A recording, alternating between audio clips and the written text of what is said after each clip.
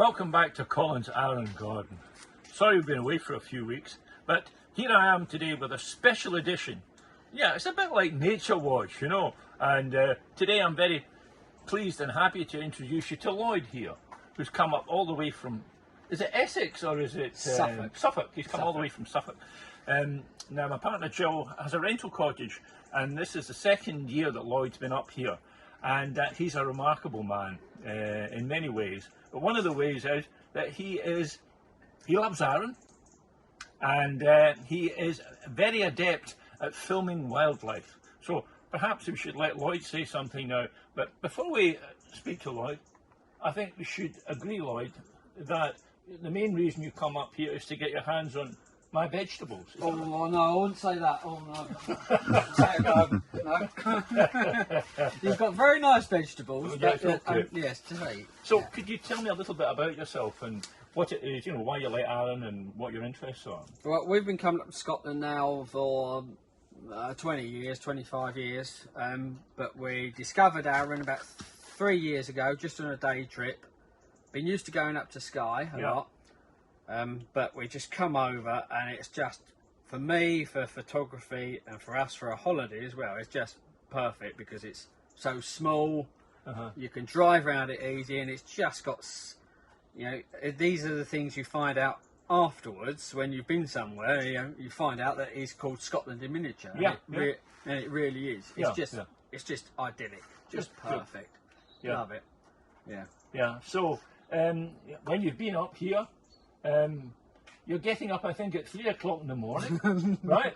You're driving till the sun's up, you're climbing a mountain, and you're photographing stags. And I think I'm right in saying that recently you confronted a stag, and I think I'm right in saying that you feared for your life. Could you tell us about that? Well, I did, because I met it. I was going on the back path up to, I don't know, obviously where you call it, people would know, but the back path up to the hill. So if you look at the from the distillery, so I wanted to go up the right hand side and come back over, because you always work with the wind when you're trying to photograph stags. And I was going up the path behind the houses, so rhododendron bank there, deer fencing there, and a stag stood right in the middle of the path. So, and you have to be, it's one thing that really bugs me about wildlife things, you know, when you get these certain perhaps television programs that I won't mention, but they never warn people about how dangerous, especially during the rut, deer can be. But because if I could just interrupt them slightly there, what is it you know about deer from your background? Do you understand deer? Or? Yeah, well, it's everything, because my background is a gamekeeper background. My family were gamekeepers, so my dad was a gamekeeper all his life. Totally different light on things. So you know, he knows what he's talking about. Yeah. So what do you've had experience perhaps in the past of the dangers of? You've just got to watch them, because it wouldn't matter how big you were, how strong you were. If a stag wanted to go for you, you are not going to stop it. Not in a million years. Yeah. So this particular stag, he stood in the path, and where I'd come up to him, we was literally 10 metres apart. So it was a standoff? Yeah, and he turned and looked at me, and you could hear his teeth clicking and grinding. That bad sign? It's a warning sign. But he wasn't looking particularly aggressive, like he wanted to confront me. He was just a bit unsure. Yeah. So if anyone else had been there, they'd have thought I'd been mad, because I was having this conversation for about 2 minutes, saying to this stag, right, I want to get past, you want to go down here, what's going to happen? And eventually, because I stood my ground and slowly sort of moved towards him, he then started to turn, and he walked up ahead of me, went into a little gap because he couldn't get across a cattle grid, stood there and roared down into all the greens at the golf course. And I just walked past him, and he stepped back out and walked back down where he wanted to go. I take it you didn't get a photograph of that? No, it was too dark then as well. I got a little bit of video of him walking away on my phone. So you get a lot of pleasure from doing that then? Being somewhere early in the morning, sun coming up. Oh, definitely. And it's not just deer then, it's other wildlife as well? Yeah, well, it's like this morning, as soon as the sun was up in your garden, I've been out the back photographing the red squirrels. And this morning, At first, you said you've seen one in the garden, and then the other. But you tell me there are two. Yeah, the other day there was two. This morning there's three. Yeah. So yeah. And we've had a recrudescence, if that's a big word, an eruption of wildlife in our back garden in the last 4 months, and that's because unfortunately our cat disappeared. And I have to say that one day we came out the back door and we found outside the back door half of the rear end of a red squirrel. So, you know, we loved our cat, but goodness me, there's been so many more birds now. Yeah. But anyway, so I gather also that you were leaving peanuts out for the squirrels the other night there, is that right? Yeah, I've been putting peanuts out just to try and, because they're so fast, so agile. Yeah. You put peanuts out so they concentrate on one little spot for at least, you know, a few seconds. Right. Now, before I go on to talk about the other animals you've seen in the back garden, could you tell me a little bit about your equipment that you've got here? I see you've got some brown sort of army-looking cases there. Yeah, well, these... Could you tell us about them? Because there may be some people who may be interested in trying to do what you're doing. Well, these are tell really... the name of them and everything? Yeah, you know? these are really handy. They're just called trail cams or camera traps. These specific ones are called Little Acorn, but I've got two of these. I've got a different make as well, but these have gone up in price, and also there's been Chinese copies, so they're a bit hit and miss. There is a good one made by Ape Man, if anyone is interested. I've not used it, but I've seen the footage it takes, and I think it's an H55, and they're about £60 on Amazon. And they're fairly easy to set up. This has a little screen, so when you flip it down, you turn it on. And you just, will you tie it to a tree or something? Yeah, there's just a strap there, goes around a tree, loops through, you pull it tight. And does it, when you've turned it on, does it automatically film anything that moves? You can have this on, you can have this one on just picture taking mode or video mode or both. So it'll take a picture and then do a video. You can set the video up to, I think it's about 2 or 3 minutes long. You can decide how long you want the interval. So obviously if you had it filming all the time, it'd be, that's exactly what I do. But I set this up so it has 5-minute intervals. So if I have it on video, it'll video for about 20 seconds when it's triggered. So it's passive infrared trigger. And then it shuts down for 5 minutes. Until it's, and then it will rearm and it's triggered again. But they're great little things. I use them a lot for if I'm doing photography, but at home also, you know, I do a bit of deer management as well.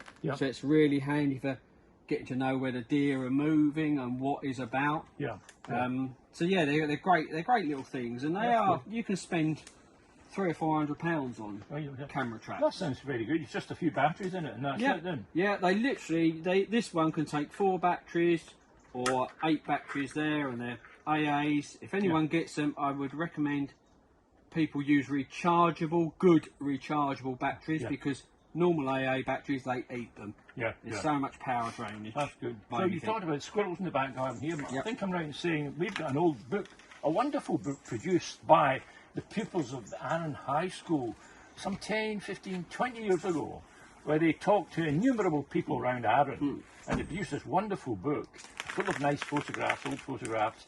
And in that book, one of the 2 of the pages were to do with Markland, where we are just now.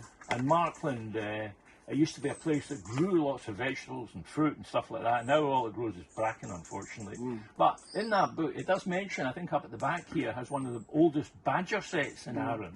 I wonder if you could just tell us a little bit about badgers, because a lot of people don't see badgers because they come out at night, don't they? So what are your feelings about badgers then? Badgers are, if you want to call them, a marmite animal. Some people love them, some people hate them. It's the same with foxes. I think everything's got its place. Badgers, the main problem with badgers is obviously TB and the transfer to cattle. But I think there's been scientific evidence argued that it could be the reverse way. But you've got to feel for beef farmers or dairy farmers if they suddenly get a TB outbreak. There's been all the controversy about badger culling. Again, some top scientists have said that actually culling out a set of perfectly healthy badgers could spread TB, because you get badgers with TB moving to an area. Yeah. So people say they're horrible disease-ridden animals. They're not actually. They're really, really very clean. They change their bedding regular. So they're not an animal that will hunt down things like a fox will. They bumble about, and if they come across it, they'll eat it. They'll eat anything. Yeah. People lose chickens and that to them, but if you've got a good quality electric fence, they hit that, they don't come back. And so you've seen badgers round the back here then? Yeah, they've been on the camera trap. Yeah, again. Have they been eating my vegetables? No, they've not been touching your vegetables. Luckily, they've been eating peanuts. But I might be tempted to leave a trail into your polytunnel to see what happens. So you were saying that part of your job is deer management. Yeah. And you love deer. You love photographing. Yeah. Yeah. Aren't you? How do you cope with sometimes perhaps when you have to cull deer? Yeah, it must be difficult for you. Yeah, but you know, quite often where I am, I'm lucky. I manage the deer on the farm there. But you know, and I always say if I see dog walkers and that, I'll introduce myself, and quite often they go, "Oh well, you cull the deer." But most people will say, "Oh well, you know, that's good." You know, they do need controlling because deer have got no natural predators. We wiped out the natural predators. Yeah. Millennia ago when we took away the wolves and bears. So we have to take some responsibility in management. But where I am, I'm lucky. I live on an estate there, and his lordship, who owns the estate, likes to see a deer about, but he realises they've got to be culled as well. And I'm lucky that I can put a proper management in where we've got fallow deer down there, occasional red, there's muntjac, roe deer. Chinese water deer, which you've got quite a range. So I can be selective, especially with my buck, so you get a better strain of the DNA, really. Look, I pick you up on that. What you're saying is you're selecting the strongest deer. Yeah. Ah, right. Yeah. So I'm selecting the problem is in this day and age, a lot of people who want to go stalking want to put a trophy on their wall. So they want a nice. But the trouble is with doing that, you're taking out the genetics of the big good bucks, the stags. I have to say on Arran, and again, it's not because I'm a tourist, but I've seen some beautiful stags. It looks like they are incredibly well managed on the island. I have not hardly seen anything that I think that would need taking out. So there's some really good stags on here. It's really impressive. But see, where I am down home, I mean, I used to, years ago, when I used to go out photographing fallow bucks, you used to always be able to find really good fallow bucks with big antlers, which are called palmated, because they're literally like your palm, but they've got what they call spellers on the top. They haven't got proper tines like a red stag has. But now, because there's an attitude of, you know, shoot them, or a lot of people start stalking or get stalking and they shoot the biggest and the best because that's where the money is as well. And it's had a detrimental effect. So now you've got poor-headed animals, too many does and youngsters later on, which are the real problem, and it's just causing an imbalance. So where I am, I'm just trying to bring on, you know, if there's anything potential, I leave it. But you know, to get a master fallow buck, it takes 7 or 8 years. So but you were mentioning about the marmite of badgers. Well, welcome to the marmite of deer and Arran. Because this splits people incredibly. I mean, I've got a friend who spent his life in forestry, who grows specific trees, and in liaison with the National Trust, they try and create areas in, for instance, Glen Rosa, where they can get natural habitat, and they can't do it because the red deer are there, and I think I'm right in saying the red deer are not native to Arran. They've been brought in, you know. So there are problems with that, and there are also problems with large parts of, well, lots of people, for instance, in Whiting Bay, have got together and have created this huge gardening project. But unfortunately, they don't have sufficient fencing, so they had to shoot the deer. And a lot of people nowadays, even if they're not vegetarians, don't like the idea of animals being shot. No. So lots of problems with that. Yeah, You know. yeah. But, what can you say? Yeah, yeah. The thing is, everything has its place, but it has to be. We do have to manage, especially the bigger animals, the deer, definitely. But if you're going to do things like that, you have to be prepared to put in. You know, like you've got your deer fencing around your vegetables. If you didn't have that, you wouldn't I did have a thing any. on that recently, and a lot of people poke fun at it because it's just plastic fencing. It's a but deterrent. I said it, for some reason, why does a plastic fence keep away a big deer? Is it because they just don't? Yeah, scared of it? it's because it's basically because it's a foreign object to them, so they don't quite know how to handle it. If it was that high, Yeah, they jump. they go, okay, fine. Yeah. I mean, a red deer can, I mean, up to here could clear that easily. Very, That? very, very easily. That? Yes, very easily. I've actually seen fallow bucks. We was on a shoot once, and my uncle, a fallow buck, exploded out the bracken. Yeah. And he's that height, and actually cleared him, jumped straight over the top of him. It's one of the things that kid you never forget. Yeah. But but that is a deterrent. It's high enough where they think, well, I don't know whether I can. They could push through it if they wanted to. Yeah. But because it's slightly weird to them, Yeah. that's probably if you had some really hard weather, which I don't believe you get sort of heavy snows and that on this island. Do We you? had a few years ago. And yes. does it stay? Or No, it was very dangerous, very Yeah. serious. It cut off half the island. oh, right, okay. It destroyed a lot of people's lives. Yeah. And if it hadn't been for some brave folk in Arran, anyway, Yeah. But that's unusual. Yeah, I mean, on something like that, if they're desperate, they will try and break through things. Yeah. But also with your plastic fencing, if they did try and do it, Yeah.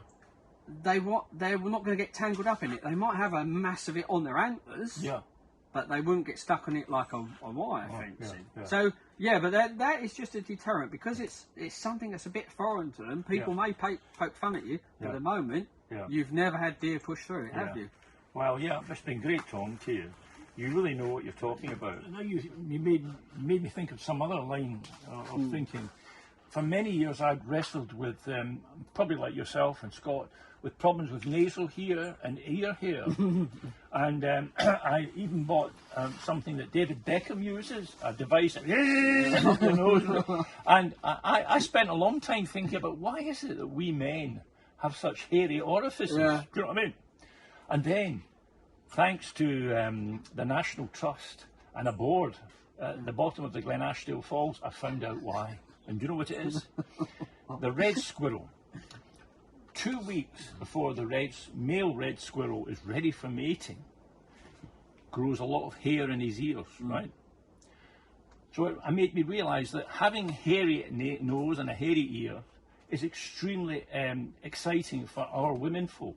You know what I mean?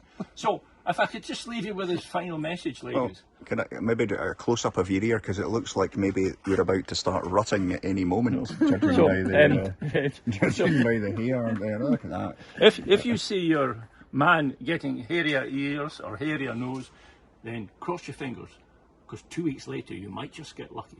So I'll leave you with that in Markland, and remember it's Markland House.